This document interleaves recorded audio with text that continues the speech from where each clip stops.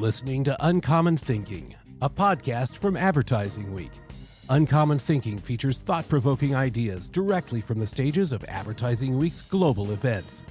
Hear from the brightest minds and thought leaders from every corner of the industry as they come together to help you navigate what's next. If you enjoy Uncommon Thinking, please consider subscribing on your podcast platform of choice, leaving a positive review, and sharing with friends and colleagues. Thanks for listening.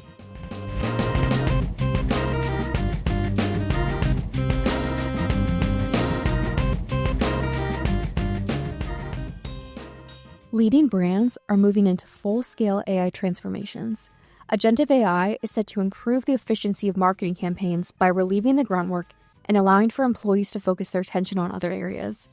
In this episode of Uncommon Thinking, recorded at Advertising Week Europe 2025 and presented by PrimeAudience, we'll dive into how companies are building integrated multi-agent AI platforms that span the entire media value chain, enhancing strategic capabilities and reshaping marketing operations.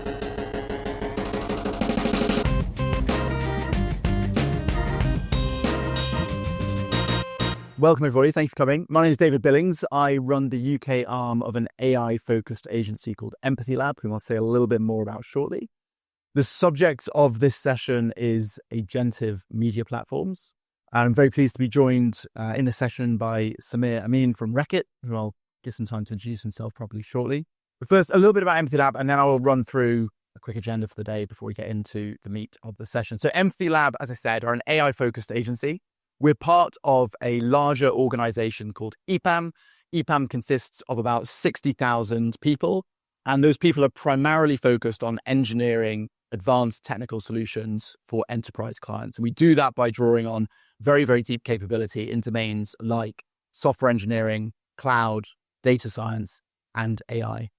Within Empathy Lab, we take that very, very deep technical foundation and we weave through it some more creative capabilities, some more marketing domain expertise, and we take that kind of hybrid skill set and we focus it on solving CMO-oriented challenges. And perhaps unsurprisingly, a lot of the work that we're doing today is focused on building custom AI solutions for marketer-type challenges. And I say they're CMO-type challenges.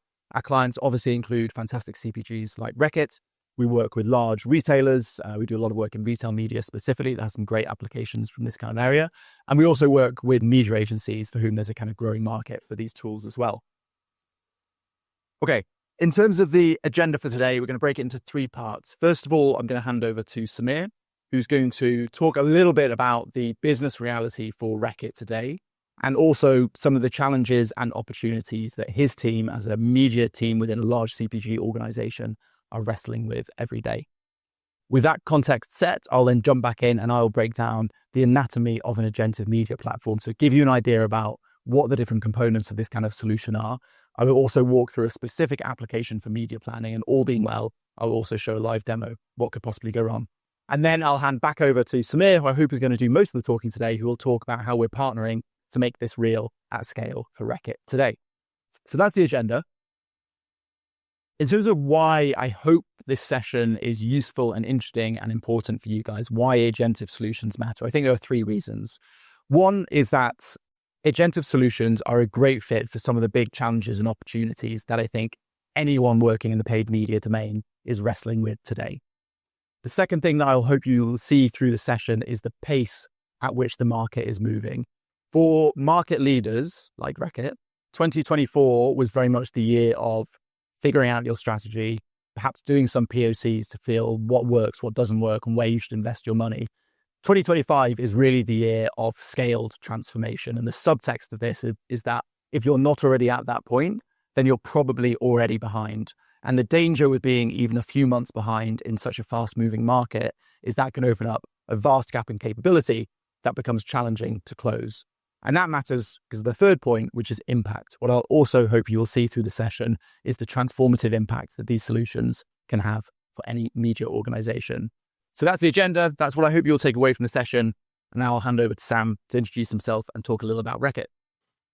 Hi, I'm Samir Amin. I'm the VP of Data-Driven Marketing and Media at Reckitt. So how many of you guys have heard of Reckitt? Okay, more than I thought. But that's when people ask me where do you work, I say Reckitt, and I was like, what's that? But a lot of our brands are the famous heroes of our company.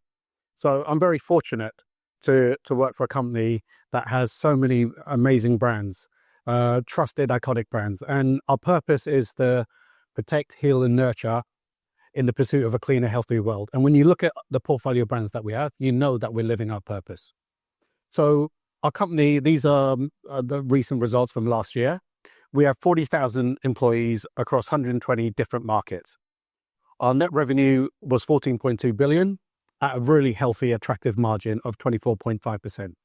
And we spend over £1 billion each year behind our brands to really make sure that equity and investment and make our brands competitive in our marketplace.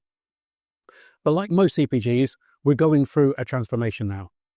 We want our organization to be sharper, more simpler, more agile, and more effective.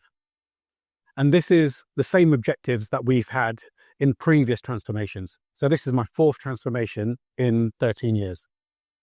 And what's different about this transformation versus previous transformations was when we transformed previously, what we did was organize ourselves differently by region, by marketing teams. We even updated races. We aligned responsibilities differently. But fundamentally, the technology and infrastructure stayed the same.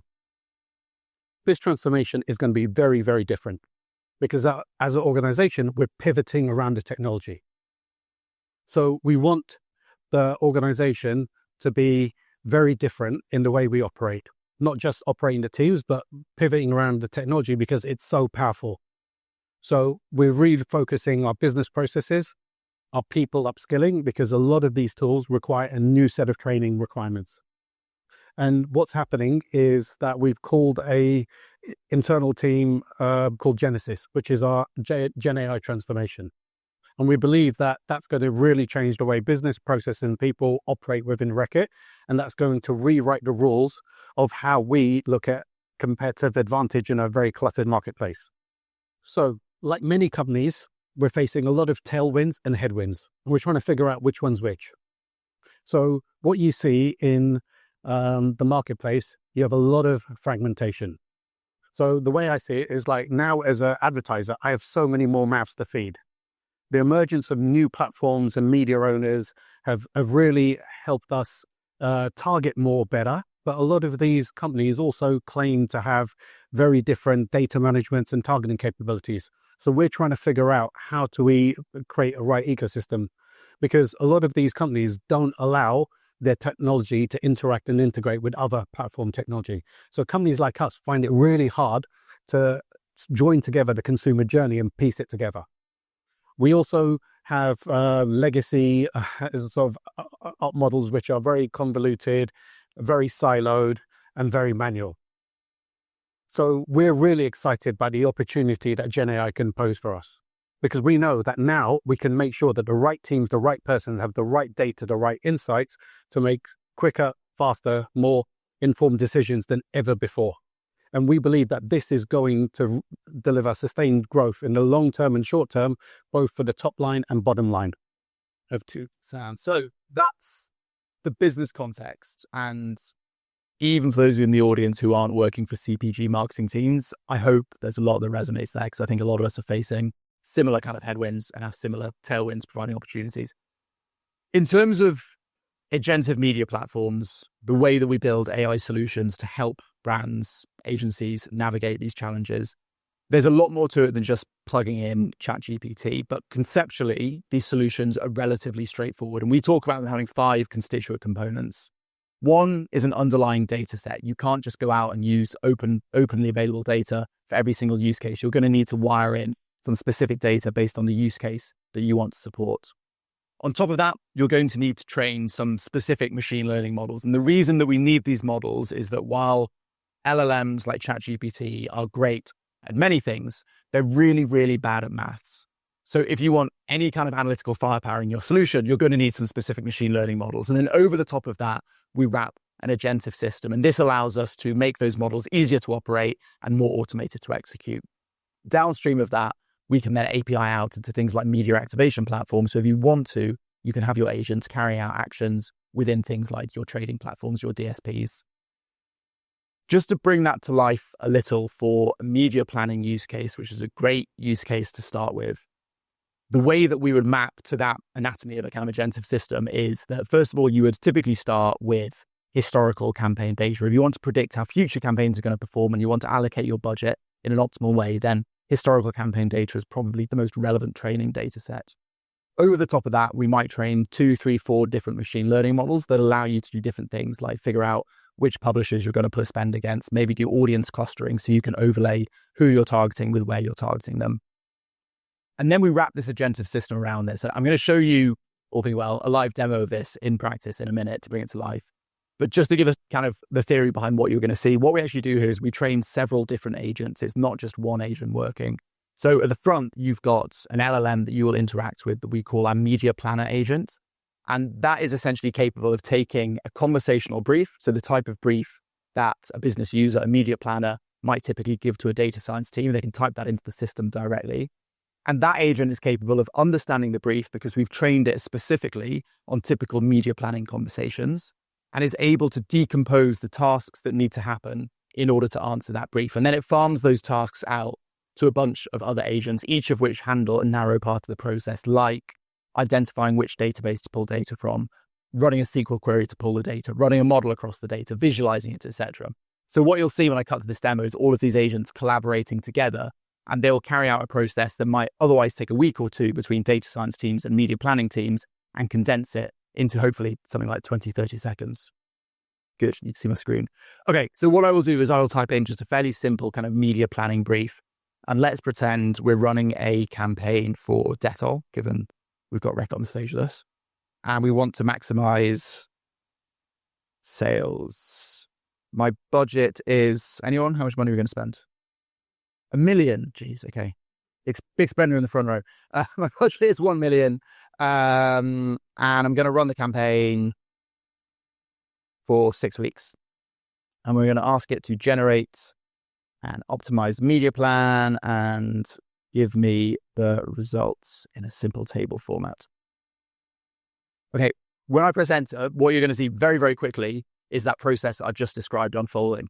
We've made this, because it's a demo version, it's obviously got some dummy data behind the scenes, but we've made the process very, very transparent just to give the sense that it isn't just ChatGPT hallucinating. We're actually plugging into a bunch of databases, we're running models, etc., etc. So hopefully, if I press enter, that will run very, very quickly. So the first thing that happens is the media planner manager takes the query in, they tell you what they're going to do, and then off we go. You can see we're generating queries. We're using a Markov chain attribution model, which is the default model that we use, but there are others that we could plug in. We pull historical data, so we understand, we've asked it to maximize conversions. We understand how, for that particular brand or category, depending on how we're tuning it, those channels have performed. And then in essentially real time, what we've done is we've pulled together a view of how much budget we should allocate by channel and actually predicted the expected conversions by channel. Now, this is pretty macro. We've gone at kind of a channel level. If we're plugging in more granular data, looking at things like different publishers within programmatic or looking at different placements, then you can get much more granular in terms of the plan. So super quick. And the cool thing is, if you work for a moderately sophisticated media organization, you're probably using some of the back end of this kind of system. You're probably using historical campaign data. You're probably using machine learning models and running things like MMMs or multi-touch attribution. The negative to that is that because there is a lot of latency in running those processes, because you've got a lot of manual steps, you've got to brief your data science team, they put it to the back of their queue, they run the model, maybe a week later, they come back and give you the results. And if you want to iterate, you might have to wait another week. Because it takes so long, you typically reserve that kind of analytical firepower for your biggest and your most important campaigns when you've got the lead time and when it's worth kind of investing the effort. But for your smaller campaigns, you would typically just use gut feel or top-down metrics. And the great thing about this is it collapses all of that. And if you want to iterate, you can do it in real time. So you could say, maybe you don't want direct mail. So you might say, now remove direct mail from the plan and rerun the budget in an optimal way. Because again, what would typically happen is if you didn't like what your data science team came back with the first time, you would probably say, I'm scrapping direct mail, let's chuck it on Facebook. This allows you to iterate and reuse that same analytical firepower for every single thing that you do. And we're getting errors, fantastic. This wouldn't have gone totally smoothly, but we got there in the end. Cool, so super quick demo, but hopefully it just gives you an idea about how that kind of agentive system works. I will cut back to I had a backup video just in case it didn't work, but we didn't have to resort to it.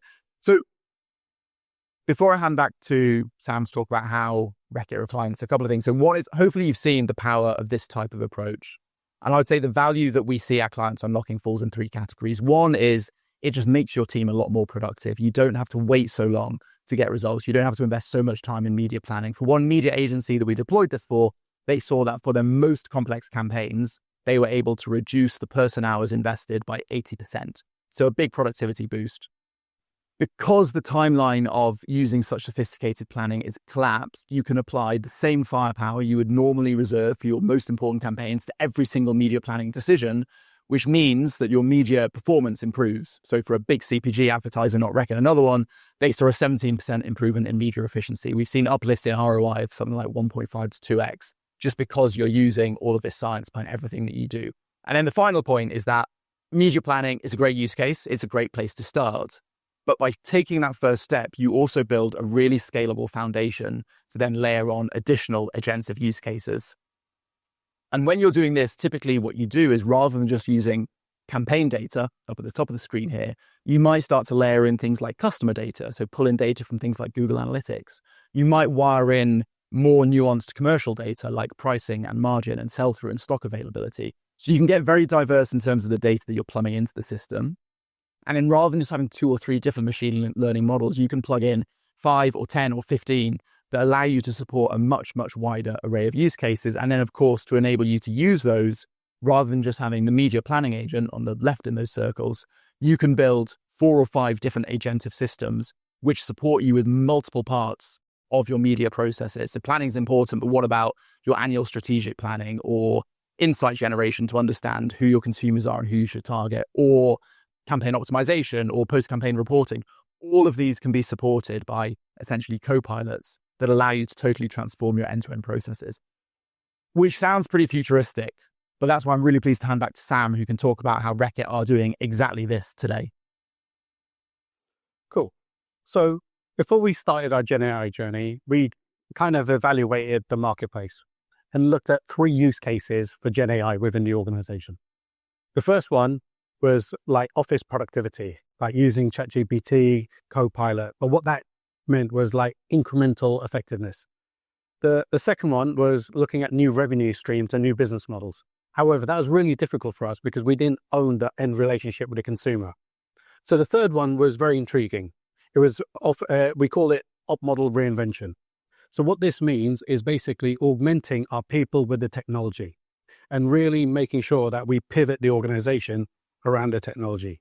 And we looked at marketing as the first way of piloting the new Genesis model. And we kind of knew is obvious, but we didn't know where to start. So the first thing we did was basically interview 300 marketers across the globe at different levels to find out where they were spending their time. And the results of that were fascinating because it really helped us understand that a lot of our marketers were focusing time on non-marketing related tasks. So they're spending a lot of their time on business, financial reporting, and not a lot on campaign ideation and activation and comms. So this was the kind of insight that said, okay, if these are the tasks that they're doing, can Gen AI automate and kind of replace those tasks? Not people, tasks. And that was the first step. And then we identified 3 use cases. So marketing effectiveness was like, how do we take the grunt work out of it? How do we make our tasks a lot more leaner, a lot more enjoyable, and a lot faster? So that's one of the key, and I'll show you examples on the next slide of what we actually meant by that. Like everyone else, we were looking at Gen AI to elevate our creative effectiveness. And then data-rich human insights. So this was our ability to really come up with product innovation, connect data that has never been connected before. So past data from our categories that were 20 years old versus up-to-date reviews, ratings, social listening. So augmenting all that data together really gave us some insights onto trends, into what consumers wanted, and then how we drive a validated product concept. And then obviously having the right technology stack to enable us to do all of this and upskilling the people to use it. So what we had to do was pilot the test with markets, because we couldn't do this alone in global, because otherwise the markets would be, oh, it's another pie in the sky global idea that won't resonate with markets. So we piloted with the US and UK, and we basically looked at ways of automating a lot of the grunt work. So I don't know how many of you worked in a media agency, but writing a post-campaign and mid-campaign report is most probably one of the most painful things that people do. And a lot of it is very blah, blah, blah, blah. So we use that as a test case, and I'll show you examples of what it actually did. And then from business reporting, a lot of our marketers, as I said, we're looking at market share, gains and drainers, and then looking at like private labels, looking at promotions, distributions, media, to understand why we're losing share, why we're gaining share. And that took a week, a month to do. In terms of effective creativity, what we had was a lot of master assets that weren't being localized, because every time local market says, you haven't thought of this and our market's different, etc., etc. So we wanted to make sure that we could use Gen AI, not to create new content, but actually adapt existing content so it's fit for platform, and then make sure the localization of it could be scaled to much more markets. And then in terms of writing winning concepts, we partnered with the US because that's the only market where Finish is the number 2 dishwasher detergent and everywhere else it's number 1. So we struggled against the local competition there. So that's the pilots that we piloted, and we got some amazing results off the back of it. So we created a Gen AI toolset, and I'll talk about a little bit about the results now. So we looked at 3 ways the tools were going to help you. They were going to be creators. So they were really going to help you create ideas, concepts, content based on specific prompts. And what we found that the go-to-market concept development was 60% faster than previously, and also better quality than human. So when we went into this, the number 1 product KPI was like, we do the same as the human, but just quicker. Well, what we found, it was quicker and better than the existing people. But what that meant was that they also focused their time on other things like strategy, consumer segmentation, market research, product innovation. So their jobs became a lot more interesting rather than taking the grunt work out of it. The second one was assistance. So products that really helped you plan campaigns, look at problems, look at how we can basically review and make sure that assets are fit for platform and, again, specific target audiences. This saved us 40% of our time. And the last one was monitor. So it semi-automates the process. So I'll show you an example of a media monitoring tool that really made recommendations of how we basically optimize our media campaigns. Because one of the key outputs of this wasn't about let's embrace fancy technology. It was really elevating our ROIs in the marketing. That was the sole goal of what we were trying to do. And we wanted to make sure that we didn't just get seduced by all the technology. And what we found was up to 50% efficiencies in brand and media reports, which are much high level of consistency. So now I'll take you through an example. It's not as flash as David's one, but this is a... Let me do this. Okay, so do you want to pause it for 1 second? Yeah. So what we have an internal buying team at Reckitt. So we partnered with the UK health team, and they basically gave us the lowest campaign and the lowest budget, which was a Fibergel campaign. So if you mess it up, you mess it up on a small brand, not a big brand. And we basically said, okay, we're going to use this to make optimization recommendations on a YouTube campaign. So this was done 18 months ago. Okay, so what we have is a very manual process. IntelliView is our dashboard. And this demo is using Fibergel. So this is a human-only post-campaign report versus the Gen AI one. And as you can see, the Gen AI one is very specific. It's more detailed. And what it did in 5 minutes versus an hour, what a person used to do. So how we do it, we created our own GPT. We copied the data into the GPT. This is all our CPM and campaign performance data, which is IntelliView, which is our global dashboard. And you're wondering, why do you manually have to copy and paste it? We've actually made integration since then. So what it does, it looks at the campaign performance on 3 pieces, which is campaign performance, audience performance, and creative. And then it evaluates all of that and then makes recommendations of how to shift budgets based on a sole brief, which was completed views. And it basically makes those optimization recommendations, And then we say, okay, if we actually did them and follow, what would we get? And then, as you would see, if you follow these recommendations, you get over 222,000 completed views if you followed it. And then we would say, okay, can you copy and paste it into 250 words? Our traders know exactly what to do. And therefore it does it. And then we give it to our trading team to make those optimizations. And those are the things that help us strengthen our ROIs. At the moment, we're working within a channel, but the next iteration, we're actually working at optimizing across channel because we believe that's the biggest impact we can make. And that's me. Perfect. And Sam, there are 5 of these agents live now, right? With the Yeah. Is that right? And how many people are using them on a daily basis? So all of the US are now using the one. We worked with them for the last 18 months to embed the way they work. And now we're rolling out to the UK and then Germany, then LATAM, the next set of markets. So this is, again, it's not POC. This is production scale and it's being used by large numbers of people on a daily basis and it's making an impact, right? Cool. All right. So that's going to wrap on the session. If there are key takeouts that I'd love you to take away from this, one is that this combination of not just LLMs, but agentive AI with specific machine learning models is really, really powerful and it can have a huge impact on media use cases.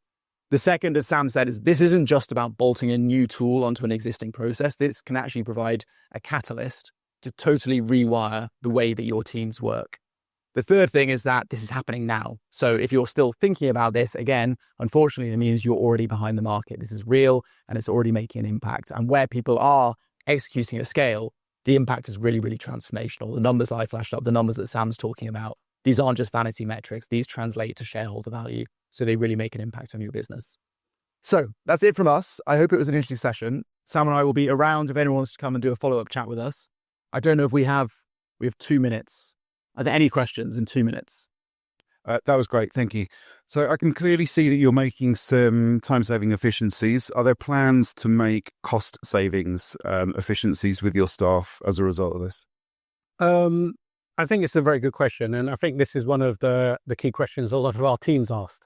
And the way we look at it is that Gen AI replaces tasks, not jobs. So if you're one person with one task, then yeah, you may want to look over your shoulder. But as a majority of us, we do multiple tasks. So the efficiencies are there, right? We're going to make sure that we can cut time. But the effectiveness is how we redeploy that time. Every company will be able to use this to drive efficiencies. So for us, it's about getting more out of our teams. As you can see, a lot of them were doing grunt work. They're super smart people. And it's refocusing their attention on the things that really make a difference and matter to our business. So that's how we're looking at it. We're not looking at cutting people based on Gen AI. We might restructure and there might be casualties of the restructure, but not based on Gen AI. I can see that. So thank you for that. I can see that tool being really useful, especially, you've got experienced marketers, you throw them in, they know exactly what they're doing. They can take those outputs and run with it. But what are you doing to ensure the development of new talent? They're coming with no marketing experience and now putting into this agent world, they'll get outcomes and they're like supposed to run with it? Or are you still ensuring that they're developing marketing techniques as well as being able to responsibly use these outputs for their careers? It's a fantastic question again. We know that a lot of the work that Gen AI will replace is mainly stuff that our grads used to do, our assistant brand managers. And we take pride in having a really robust industry-leading graduate program. So we've still got to balance that, but also take advantage of the technology. And I think for us, it's upskilling. So it's making sure that all our marketing teams' careers are future-proofed. Because the thing I say is like AI isn't going to replace your job. But someone that knows how to use AI better than you will. Right, I think that's us at time. So thank you again. I hope you enjoyed the session. Thank you for listening to Uncommon Thinking. For more podcasts like this one, including AW360, Advertising Week's longest-running podcast series, now in its 11th year, head over to www.advertisingweek.com/podcasts or search Advertising Week on your podcast platform of choice. Thanks for listening.